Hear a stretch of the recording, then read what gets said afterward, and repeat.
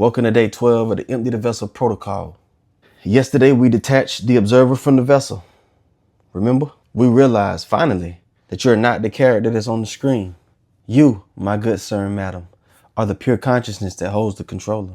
But there absolutely is a reason that you keep getting pulled back into the simulation. And today, Misfits, we discover it together. Today, let's talk a little more in depth about the spells that you cast upon yourself and where they come from. They call it spelling for a very literal reason. The words you speak are not merely descriptions.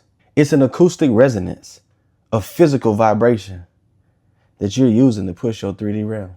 When you say, I'm broke, I'm tired, I'm stuck, you think you're just describing your current situation, but you're not. You casting a spell. You're writing the lines of the code that literally lock your avatar into this current circumstance that you do not want.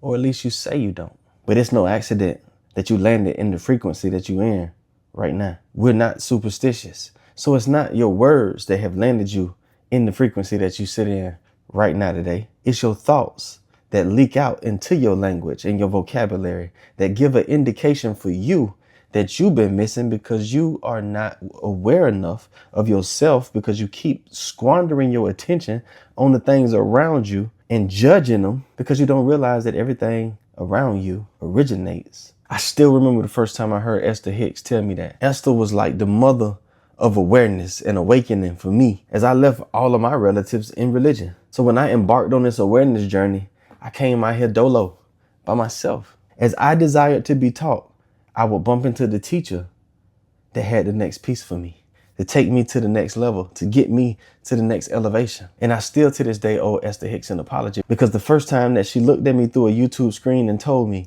that my current circumstances and everything around me and every aspect of my life and all of the individuals around me and how they were treating me all began or originated from within me. And I had asked for it, not with my mouth, vibrationally, with the frequency that I carried, with the expectations that I lived with. Because, we think a lot of things that we'll never say. And we say a lot of things that we're not really thinking. The Matrix handed you a language that was fundamentally constructed to keep you in a low vibration. Why they want to mess with my vibration?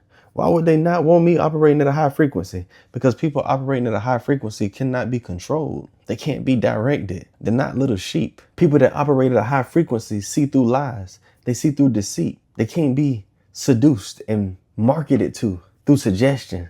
This low vibrational experience gave you words or statements like, I'm trying, I hope so, one day. Linguistic cages that do nothing other than build an illusion that you're actually moving while you stay exactly where you are. Every day, somebody is on a job that they hate being asked, how you doing?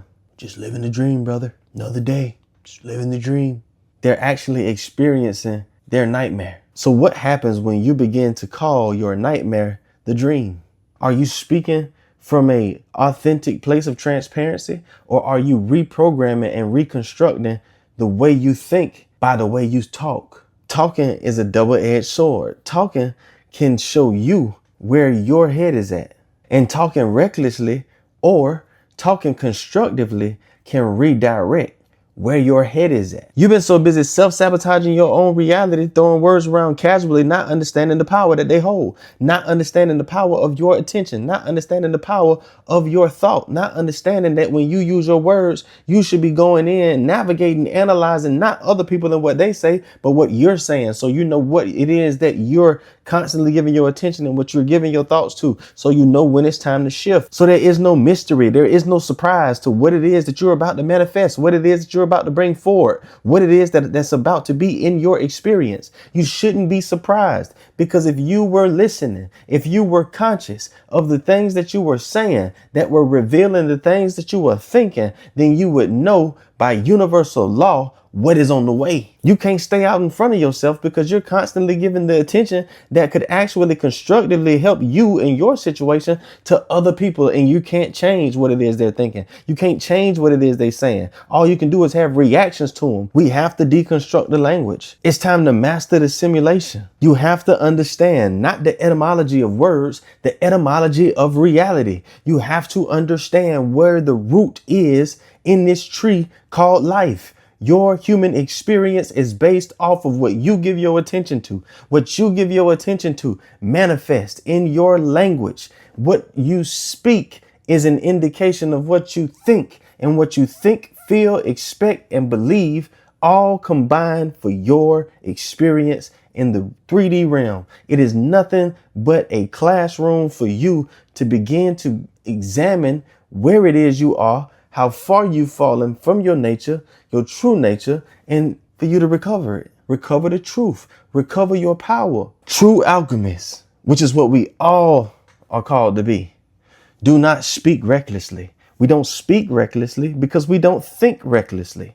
And because we don't think recklessly, our experience in this physical world can be intentional. When you finally grasp that your vocal cords play a part in bringing reality into existence, you'll begin to sing a different tune.